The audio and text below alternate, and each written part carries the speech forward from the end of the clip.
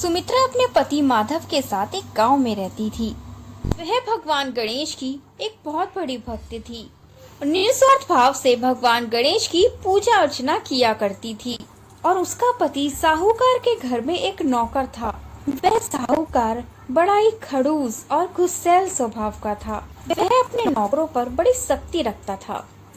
जय गणेश जय गणेश जय गणेश देवा, माता जाकी पार्वती पिता महादेवा। ओम श्री गणेशाय नमः। ओम श्री गणेशाय नमः। सुनो जी, ये लो भगवान गणेश जी की आरती। क्या हुआ, आज आप बड़ी जल्दी में हो? हाँ, साहूकार ने जल्दी बुलाया है।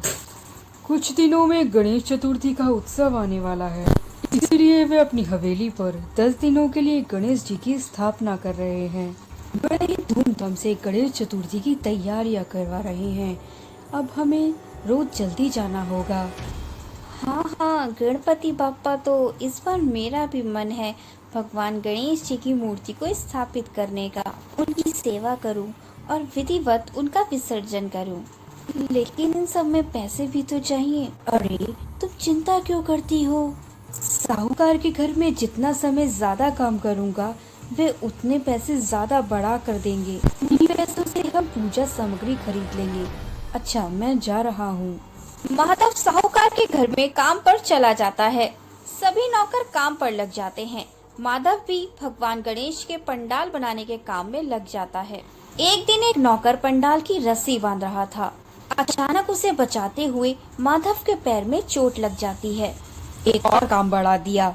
एक काम ठीक से नहीं होता। जा मोहन, इसकी पट्टी बंधाकर इसके घर पे छोड़ा। अब किसी और को इसकी जगह रखना पड़ेगा। माधव, तुमने मुझे बचाने के चक्कर में अपने पैर पे चोट खा ली। तुम्हारे पैर में टाके आए हैं। अब तुम्हें थोड़े दिन तक आराम करना होगा। अरे, ये क्या हुआ? आपको पैर पे चोट कैसे लग गई? भाभी, मुझे बचाते हुए माधव का पैर जख्मी हो गया। लगता है इस बार पैसे इकट्ठे हो जाएंगे तो गणेश चतुर्थी पर काम आ जाएंगे। आप भगवान गणेश पर विश्वास रखिए। अगर भगवान गणेश जी चाहेंगे तो हम उनकी स्थापना जरूर करेंगे। आपका पैर जल्द ही ठीक हो जाएगा। पैर की चोट लगने से माधव बड़ा परेशान था। अगले दिन सुमित्रा भगवान गणेश जी की पूजा अर्चना करके अपने पति से बोली, सुनो जी, मैं सोच रही हूँ आपकी जगह मैं साहूकार के घर में नौकरी कर लूँ। पैसों की जरूरत है, आपकी दवाई भी लानी है, कुछ तो काम बता ही देंगे। सुमित्रा, साहूकार बड़ा ही गुस्सैल स्वभाव का है। एक एक दाना बड़ा गिन के देता है। तुम उसे नहीं झेल पाओगी। आप चिंता मत कीजिए। जब तक गणेश भगवान मेरे साथ है, मुझे किसी बात की चिंता नहीं है। सुमित्रा काम के लिए साहूकार के पास चल पड़ी। साहूकार ने कहा, ठीक है, मैं तुम्हें पंडाल की सफाई का काम सौंपता हूँ, किंतु ध्यान रखना, भगवान गणेश जी और पंडाल के आसपास बिल्कुल भी गंदगी नहीं होनी चाहिए। मैं तभी तुझे पैसे दूंगा, समझी? आप बेफिक्र रहिए मालिक, मैं सारा काम अच्छे तरीके से करूंगी। सुमित्रा पंडाल की सफाई का कार्य शुरू करती है। गणेश चतुर्थी का पर्व शुरू हो जाता है।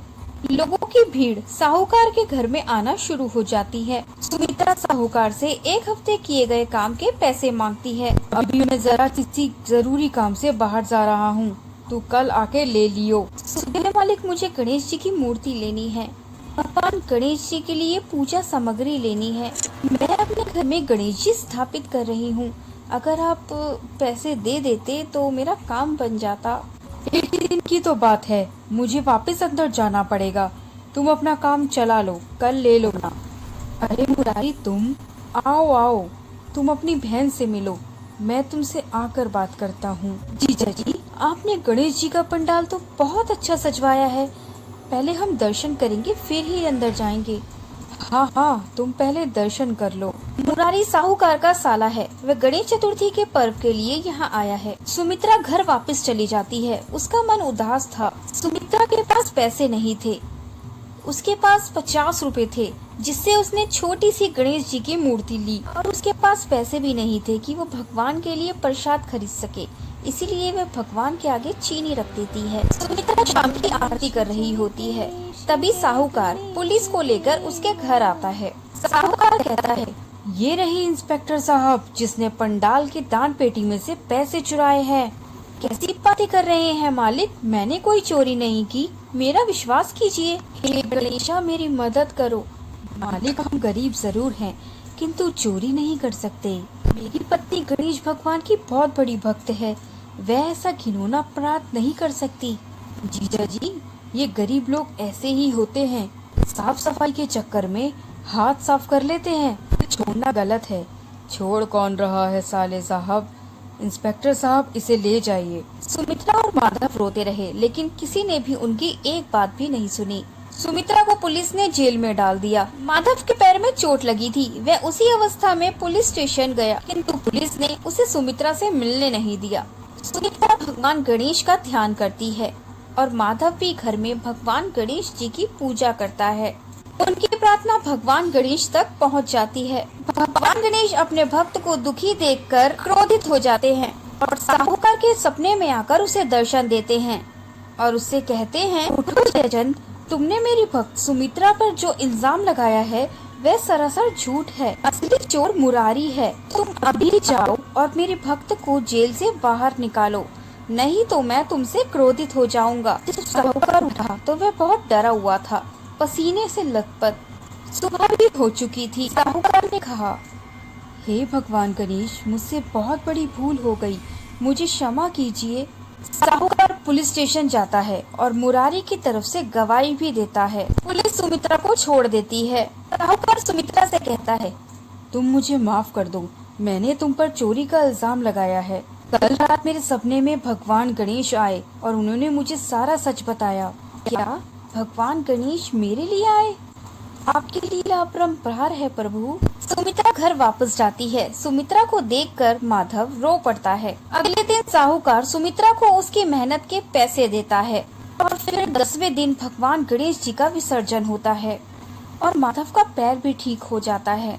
भगवान गणेश की कृपा से साहूकार माधव और सुमित्रा दोनों को काम पर रख लेता है। गणेश जी की कृपा से माधव और सुमित्रा की जिंदगी खुशियों से भर जाती है।